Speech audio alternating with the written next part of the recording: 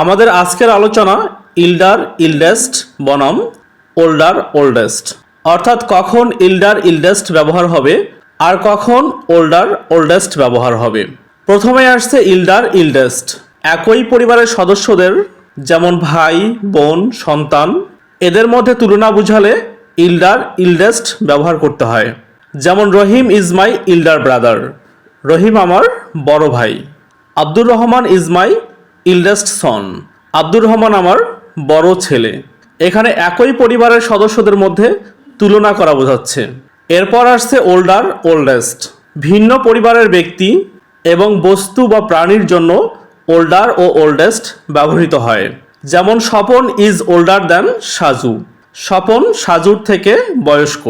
এখানে স্বপন এবং সাজু ভিন্ন পরিবারের মানুষ, সেক্ষেত্রে তাদের মধ্যে তুলনা করতে ওল্ডার ব্যবহার করা হয়েছে। এরপর this is the oldest মস্ক in the city, অর্থাৎ শহরের মধ্যে এটা সবচেয়ে পুরনো মসজিদ। আবার this tree is older than that one, অর্থাৎ এই গাছটা অন্যটার থেকে পুরনো। এরকম ভিন্ন ব্যক্তি, বস্তু বা প্রাণীর জন্য ওল্ডার ওল্ডেস্ট ব্যবহৃত হয়। এখানে একটা বিষয় লক্ষণীয়, ইল্ডার ইল্ডেস্ট শুধুমাত্র মানুষের ক্ষেত্রে ব্যবহৃত হয়, আর ওল্ডার ওল্ডেস্ট ব্যক্তি কিংবা বস্তু বা প্রাণীর জন্যও ব্যবহার হতে পারে।